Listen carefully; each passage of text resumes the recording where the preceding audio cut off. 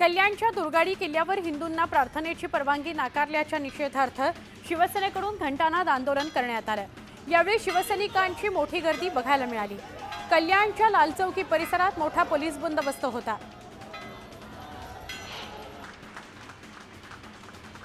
गडचिरोलीत कोट्यवधींचं बक्षीस असलेल्या 12 माओवाद्यांनी मुख्यमंत्र्यांसमक्ष आत्मसमर्पण केलं, तर आत्मसमर्पण केलेल्या माओवाद्यांचा लग्न सोहळ्यालाही मुख्यमंत्र्यांनी उपस्थिती लावली। यावेळी मुख्यमंत्र्यांनी पोलिसांचाही गौरव केला। मुख्यमंत्री देवेंद्र फडणवीस यांचा गडचिरोलीमध्ये रात्री मुक्काम आहे। गडचिरोलीत मुक्काम करणारे देवेंद्र फडणवीस राज्याचे पहिले मुख्यमंत्री ठरले। पालकमंत्री पद स्वीकारल्यानंतर जिल्ह्याच्या विविध कार्यक्रमांना मुख्यमंत्री देवेंद्र फडणवीस उपस्थिती लावत असतात।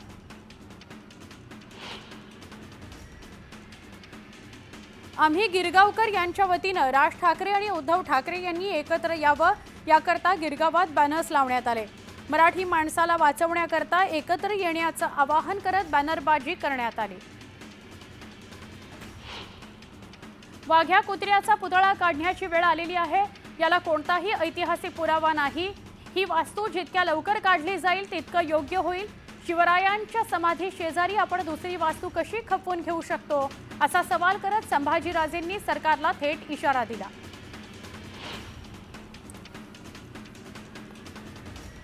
सातारा जिल्हा काँग्रेसच्या जिल्हाध्यक्षपदी रणजितसिंह देशमुख यांची नियुक्ती जाहीर करण्यात आली आहे। न्यूज 18 लोकमतच्या बातमीवर शिक्कामोर्तब करण्यात आलं। प्रदेशाध्यक्ष हर्षवर्धन सपकाळ यांच्या सूचनेवरून ही नियुक्ती करण्यात आलेली आहे।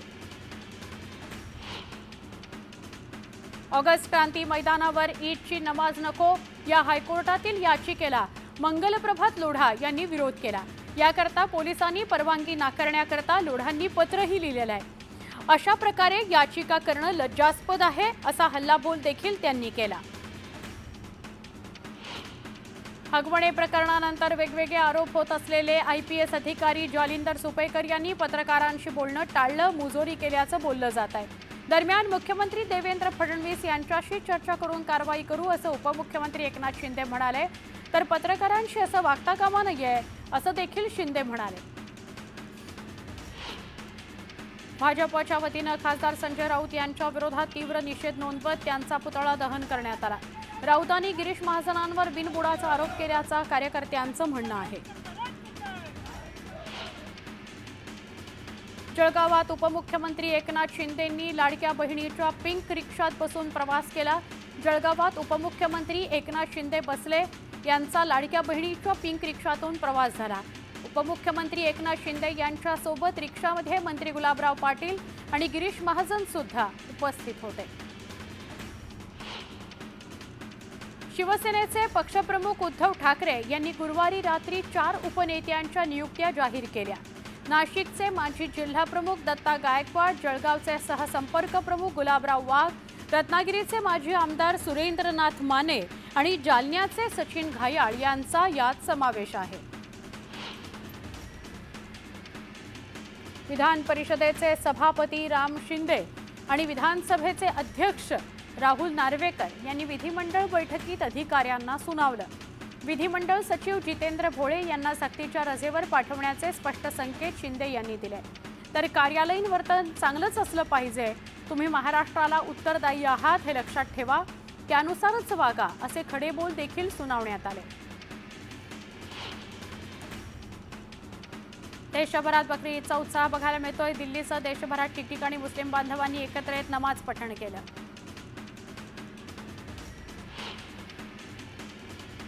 तुळजापूरच्या ड्रग्ज प्रकरणामध्ये मुख्य सूत्रधार विनोद उर्फ पिंटू गंगणे याला 7 दिवसांपूर्वीच कोर्टानं अटकपूर्व जामीन मंजूर केला होता।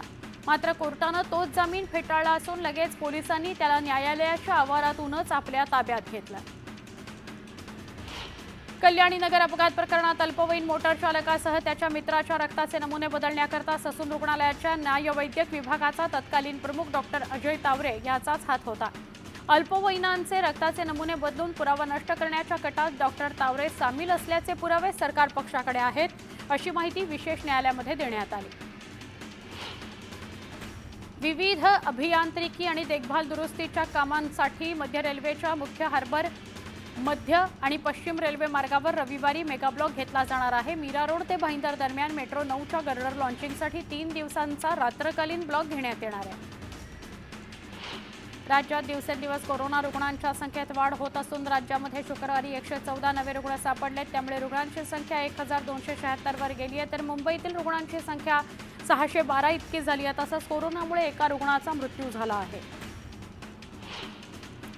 अश्विनी बिद्रे हत्याकांडाचा निकाल लागून 1.5 महिना उलटलाय, तरी देखील त्यांची मुलगी सुची हिला आपल्या आईच्या मृत्यूचा दाखला मिळालेला नाही। मृत्यूच्या दाखल्याकरता त्यांची मुलगी आणि नवरा या सगळ्यांनी कोल्हापूर जिल्ह्यातील हातकणंगले, पनवेल आणि मीरा भाईंदर पालिकांच्या आयुक्तांसह नवी मुंबई पोलिसांकडे अर्ज केलेला आहे। या प्रकरणी उच्च न्यायालयाचा दरवाजा ठोठावणार असल्याचं अश्विनी यांचे पती राजू गोरे म्हणाले। जलसंधारण विभागाच्या 3 वर्ष वा त्यापेक्षा अधिक कालावधीपासून रखडलेल्या 197 कोटी रुपये खर्चाच्या 903 प्रशासकीय योजनांची मान्यता रद्द करण्यात आली आहे। मुख्यमंत्री देवेंद्र फडणवीस यांच्या अध्यक्षतेखाली हा निर्णय घेण्यात आला। मुंबईतील गुन्हे शाखेत महत्त्वाच्या पदांवर काम केलेल्या 10 सहाय्यक पोलीस आयुक्तांची पुन्हा मुंबईत बदली करण्यात आली आहे। गेल्या आठवड्यामध्ये राज्यभरातील 500हून अधिक पोलीस निरीक्षकांच्या बदल्या करण्यात आल्या होत्या। राज्य परिवहन महामंडळ आर्थिक संकटात सापडलंय। सरकारच्या मदतीवर कारभार सुरू आहे। यामुळे महामंडळाला आर्थिक स्थैर्य आणण्याकरता आता जागांचं खासगीकरण करण्याचा घाट महामंडळानं घातला आहे। गेल्या काही दिवसांपासून वातावरणात सतत बदल होत आहेत। या बदलाचा फटका नागरिकांना बसतो आहे। त्यामुळे साथीचे आजार उद्भवण्याची शक्यता मोठी असते। अशावेळी डेंग्यू, मलेरिया सारखे साथरोग वाढण्याची शक्यता असल्यानं नागरिकांनी काळजी घेण्याचं आवाहन करण्यात आलंय। मोबाईल टॉवरला NOC नाकारल्याच्या प्रकरणावरून उच्च न्यायालयानं एक महत्त्वाची टिप्पणी केली। अनाठायी भीती किंवा चुकीच्या माहितीमुळे मोबाईल टॉवरना विरोध करता येणार नाही, असं उच्च न्यायालयानं स्पष्ट केलं आहे। राज्यातील जमिनींच्या व्यवहारामध्ये होणारी फसवणूक तसंच शेतकऱ्यांची छोट्या छोट्या कामांकरता तलाठी तहसीलदारांकडून होणारी अडवणूक टाळण्याकरता महसूल विभागाच्या बहुतांश सगळ्याच सेवा ऑनलाईन करण्यात येणार आहेत। एखाद्याच्या मालकीच्या जमिनीचा कोणी परस्पर व्यवहार करत असलं तर त्याचा संदेश संबंधित जमीन मालकाला देणारी व्यवस्था निर्माण केली जाणार आहे। पावसामुळे सुक्या मासळीचा व्यवसाय करणाऱ्या हजारो कोळी महिलांचं मोठं आर्थिक नुकसान झालं। परिणामी ओला दुष्काळ जाहीर करावा अशी मागणी मच्छीमारांकडून करण्यात येते। नवी मुंबईत रस्त्याच्या कडेला उभ्या असलेल्या 159 वाहनांवर कारवाई करण्यात आली। वाहतुकीला अडथळा होणाऱ्या वाहनांवर वाहतूक पोलिसांनी कारवाई केली। प्रवाशांची वाढती गर्दी लक्षात घेता मध्य रेल्वेच्या समन्वयानं कोकण रेल्वेनं मुंबई ते मडगाव दरम्यान एकमार्गी विशेष गाडी चालवण्याचा निर्णय घेतलाय। ती 14 जूनला एकदाच चालवली जाणार आहे। मुंबईमध्ये मुसळधार पावसामुळे झाडं कोसळून होणारे अपघात टाळण्याकरता पालिकेनं 95,209 झाडांच्या फांद्यांची छाटणी केली। शिवाय खासगी आणि शासकीय जागेतील तब्बल 10,384 संस्था सोसायट्यांना वृक्षछाटणीच्या नोटिसाही दिल्या। ही माहिती दिली पालिका उद्यान विभागानं। नवी दिल्लीमध्ये मे महिन्यात प्रवासी वाहनांच्या विक्रीत 3% घसरण झाल्याची माहिती शिखर संघटना फाडा न दिली आहे। छोट्या कारच्या विक्रीला सर्वाधिक फटका बसलाय आणि आगामी काळात या विक्रीत पुन्हा वाढ होण्याची शक्यता वर्तवण्यात आली आहे। मुंबई विमानतळाच्या टर्मिनल 2 इथून येत्या महिनाअखेर प्रीपेड रिक्षा सुरू होणार आहे। याकरता आवश्यक त्या पायाभूत सुविधा, सॉफ्टवेअर आणि अन्य सुविधा उभारण्याचं काम सध्या सुरू आहे। RBIनं रेपो रेट कमी करण्याबरोबरच कॅश रिझर्व्ह रेपो रेटमध्ये अर्थात CRR मध्ये कपात करण्याचा निर्णय घेतलाय। मध्यवर्ती बँकेनं अर्थव्यवस्थेमध्ये तरलता आणण्याकरता CRR मध्ये 100 बेसिस पॉइंट्सपर्यंत कपातीची घोषणा करण्यात आली आहे। 1 मे पासून बेस्ट बसची तिकीट दरवाढ झाल्यानंतर मुंबईकरांनी त्याकडे पाठ फिरवली आहे असं स्पष्ट झालंय। दरवाढ झाल्यानंतर महिन्याभरामध्ये बस प्रवाशांची संख्या 5 लाखांनी कमी झाली। मात्र बेस्टच्या मासिक महसूल मध्ये सरासरी 74 कोटी रुपयांनी तो महसूल वाढलाय अशी नोंद करण्यात आली आहे। बेस्ट बसची वाट पाहण्यापेक्षा जवळचे प्रवासी आता रिक्षा आणि टॅक्सीनं प्रवास करू लागल्यानं प्रवासी संख्येवर परिणाम झाल्याचं बघायला मिळतं।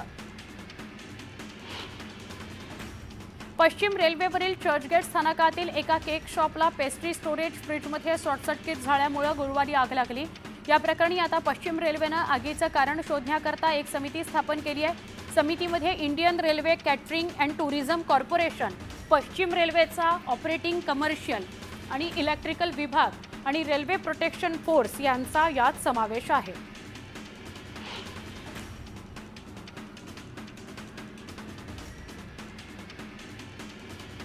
10वीचा निकाल लागून महिना होतोय, परंतु बाटीतर्फे देण्यात येणाऱ्या जेईई आणि नीटच्या मोफत प्रशिक्षणाला अद्याप सुरुवात झालेली नाही। हे प्रशिक्षण विद्यार्थ्यांच्या शैक्षणिक वर्षाशी संबंधित आहे, ते वेळेत सुरू होणं अपेक्षित आहे।